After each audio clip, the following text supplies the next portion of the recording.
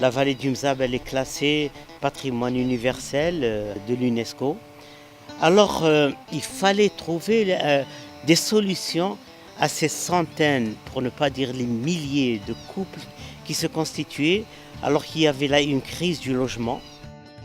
Sur le plan architectural, on a essayé de creuser dans ce patrimoine ancestral. Donc, on a essayé une réinterprétation de cette leçon d'architecture et qui s'adapte au climat. La particularité de ce projet, il est engagé de vraiment lever le défi majeur, à savoir tenir compte au niveau local d'enjeux globaux, entre parenthèses l'effet de serre. En deuxième position, lier étroitement la question sociale à l'écologie. En troisième position, promouvoir la participation citoyenne aux choix fondamentaux d'un quartier qui se veut s'inscrire dans la logique des quartiers durables.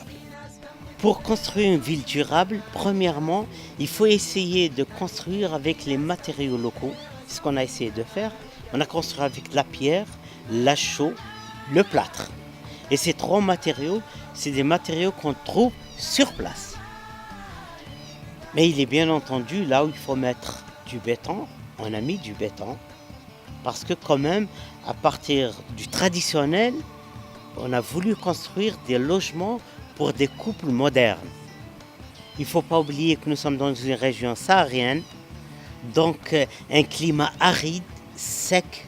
On a essayé de construire suivant le style qsourien, donc des maisons qui sont mitoyennes, avec des ruelles étroites qui s'entrecoupent pour casser les vents dominants et les vents de sable.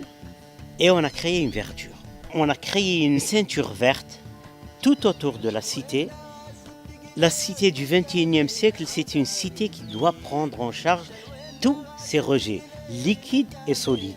Quand on intéresse les populations à la gestion de leur cité, ils deviennent des citoyens respectueux de la nature et qui ne gaspillent pas beaucoup d'eau et qui font un travail rationnel et ils s'entraident entre les voisins pour la gestion de leur cité, bien sûr.